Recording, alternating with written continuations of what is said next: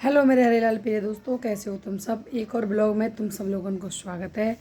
आज को ब्लॉग है भाई, क्या मैं अपने घर की सफाई कर रही हूँ। और घर की सफाई में भी मेन सफाई मेरी किचन की है, क्योंकि मैं कितना भी टाइम लग जा, खाना पीना छूट जाए मेरे, लेकिन मेरे घर की साफ़ सफाई में कोई कमी ना आनी चाहिए। तो भाई देखो, मैं तुम्हें बताऊँ, देखो मेरी किचन कैसी पड़ी है आज। साफ़ सफाई कर रही हूँ मैं सोच रही हूँ कि मैं स्टील के डिब्बा लिया हूँ, छोटे छोटे छोटे छोटे बड़े बड़े, 2-2 लीटर, 2-2 किलो के कछु, आधी किलो के कछु, 2 किलो के, ताकि ये प्लास्टिक को मैटर सब खत्म हो सके। कि बोतल दाल दाल को बोतल में रखते हैं तो कभी ख़राब नहीं होती, इसलिए भाई मेरी सारी दाल बोतल में रखी हुई हैं। वैसे भी रख के देख लिए मैंने, स्टील का डिब्बा है, वो कहाँ है मेरा, कहाँ फेंक दिया ना, पीछे धोखा कर दिया। वहाँ में रखी दाल ख़राब हो गई थी, तो इसलिए पेप्सी की बोतल में दाल रखो, कभी ख़राब नहीं होगी। चाहे तुम 2-4 साल 6 साल, मतलब 2-4-6 साल, 2-3 साल आराम से चला सकते हो। मेरी बहुत पुरानी पुरानी दाल रखी हुई है इसमें। तो मैं आप लोगों को बताऊं, क्योंकि मोही गंदगी बिल्कुल पसंद ना आए, जो मेरे बर्तन को ढेर पड़े हो। आज मोही किचन साफ़ करनी है, किचन साफ़ करनी ही करनी है। और जिस टाइम भाई साहब मैं अपने घर से आई थी ना, उस टाइम मेरे पास बस 2 जोड़ी कपड़े थे, कुछ नहीं था।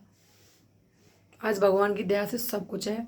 जो मेरा घर का सामान है वो मेरे ससुराल में ही पड़ा हुआ है। यहाँ पे मैं इतना सा बर्तन भी नहीं लेके आई हूँ अपने ससुराल का।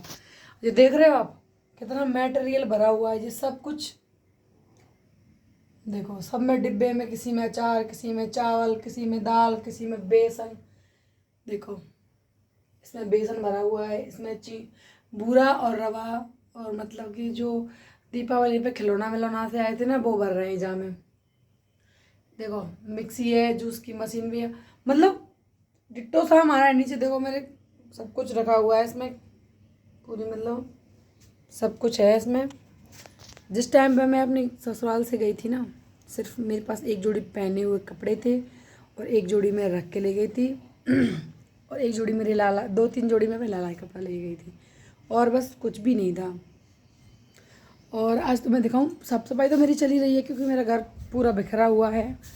तो मैं दिखाऊं तुम्हें, ये मेरे लत्ता कपड़ा, ये कपड़ा भर रही है, ये अलमारी भर रही है, ये भर रही। ऊपर दिखाऊं तो मैं बैग वैग भी रखे हुए हैं बहुत सारे। तो मतलब आज मेरे पास इतनी व्यवस्था है भगवान की दया से, कि मेरे घर 15-20 लोग आ जाए ना, तो उनके बैठने उठने की, ओढ़ने बिछाने की सुविधा है, खाने पीने की सुविधा है। मतलब मैं हर चीज़ से टेंशन फ्री हूँ। पता ये सब कैसे हुआ?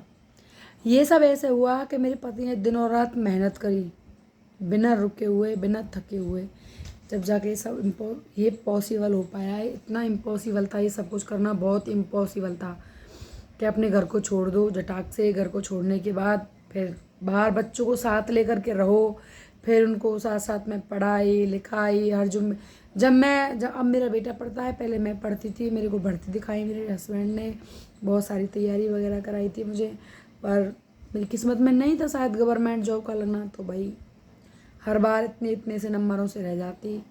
तो मैंने सोचा कि मैं अपने कैरियर की शुरुआत अब एक नए तरीके से करना चाहती हूँ, क्योंकि पीछे घिसटते रहूँगे पाम और कुछ नहीं होगा, क्योंकि मैं अब ओवर एज हो गई, मेरी 26-27 साल एज हो गई।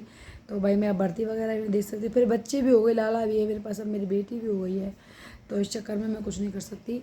पर मैं एक बात अपने पति के लिए कहना चाहूँगी, मेरे जैसा पति भगवान सबको दे, क्योंकि मेरा पति इतना अच्छा है। आज जो कुछ भी है ना, सच में सब कुछ उसकी मेहनत का है, मेरे पास में दिया हुआ सब कुछ है। देखो एक साथ किसी पे कोई व्यवस्था नहीं होती है, सब कुछ है, फ्रिज, कूलर, वॉशिंग मशीन, मतलब ये मेरा फ्रिज है, ये कूलर है मेरा पिछली बार मंगाया था, ये मेरी वॉशिंग मशीन है। चाहूँ ना मैं, अगर मैं अब चाहूँ तो भगवान की दया से मैं जो चाहूँ वो चीज़ मंगा सकती हूँ। मतलब कि इतना भगवान ने दे दिया है मुझे थोड़ा बहुत, मैं इस चीज़ पर घमंड नहीं करती हूँ कभी भी। लेकिन मैं एक चीज़ कहना चाहती हूँ कि एक वो टाइम था मेरे पास कुछ भी नहीं था। पता है मैंने कैसे कैसे दिन काटे अपने। पहले हम ज़मीन में सोते थे, पहले हम लोग कुछ अच्छा करने के लिए बुरे दिनों का सामना करना पड़ता है। पहले मैं और मेरे पति दोनों पढ़ाई करते थे, दोनों ही गवर्नमेंट जॉब की तैयारी कर रहे थे, तो हमारे पास हमें पैसा कौन देगा। जिस दिन से मेरी शादी हुई उस दिन से 1 रुपया तक नहीं दिया मेरे सास ससुर ने कि ले बेटे तो अपने बच्चों के लिए, अपनी बीवी के लिए ले 10 रुपये का तो कुछ खाने के भी लिए लिया। कभी मायके जाती, कभी कहीं भी जाती, मतलब कुछ भी नहीं दिया उन लोगों ने मुझे। बस ताने दिए मुझे और परेशान किया, टॉर्चर किया। ऐसे ऐसे 1 साल मेरी ऐसे झांडूम बना दी उन लोगों ने कि मुझे ज़िंदगी अपनी खुद नरक लगने लग गई थी। और मेरा पति उस टाइम पे भाई साहब मेरे प्यार में तो पागल था ही, लेकिन अपने घर वालों के पल्लू से, माँ के पल्लू से ज़्यादा चिपका हुआ था। क्या ही बताऊँ आपको। उस टाइम मेरी 1 साल में मेरी हालत ऐसी हो गई थी कि मैं ये सोच रही थी एक जन्म कैसे बीत रहा है मेरा, भगवान, ये ज़िंदगी मेरी कैसे कटेगी इस घर में। मुझे नहीं लगता कि मेरी ज़िंदगी कट पाएगी, मुझे लग रहा था कि मैं मर ही जाऊँ। पर मेरा बेटा आ गया और मेरे बेटे के बाद थोड़ा हल्का हल्का सब कुछ सही होने लगा धीरे धीरे। फिर मेरे हस्बैंड बाहर चले गए कमाने, हम पहले फरीदाबाद रहते थे। तो मैं अपनी मम्मी के पास गई थी, बस 2 जोड़ी कपड़े थे मेरे पास और कुछ भी नहीं था, और 1-2 जोड़ी कपड़े इनके पास थे। ये बस कमाने के पहले मैं गई थी, मेरे बाद मेरे पति आए थे कि मुझे कुछ काम करना है भाई, बच्चे की जिम्मेदारी है मेरे ऊपर। मैंने इनको कुछ समझाया था तब उन्होंने मेरी बात नहीं मानी थी, लेकिन चलो ठीक है, देर सही सवेर सही, कुछ भी हुआ चलो, उनका पल्लू छोड़ दिया। वो बहुत गंदे लोग थे, वो कभी भी नहीं चाहते कि हमारे बेटे अपने पैरों पर खड़े हों और अपने भी बच्चों को अच्छी तरह से रखें। बस वो हमेशा यही चाहते थे कि औरतों को मारें, कूटें, पीटें, और इनके साथ में जितना बदसलूकी से व्यवहार किया जाए उतना व्यवहार करें गंदा।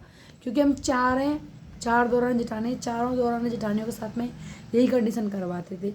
लेकिन हमारे देवर, जेठ और पति इतने अच्छे निकले कि हम चारों को लेकर के बाहर रहते हैं। सड़ते रहो तुम अपने आप गाँव में, क्योंकि उनका नज़रिया बच्चों के प्रति भी अच्छा नहीं है कि वो अपने नाती नातनों से प्यार करें। तो चलो मैं लौट के आती हूँ उसी बात पर। तो भाई आज भगवान का दिया हुआ सब कुछ है, बस मैं यही चाहती हूँ कि जल्द से जल्द मेरा खुद का एक घर बन जाए।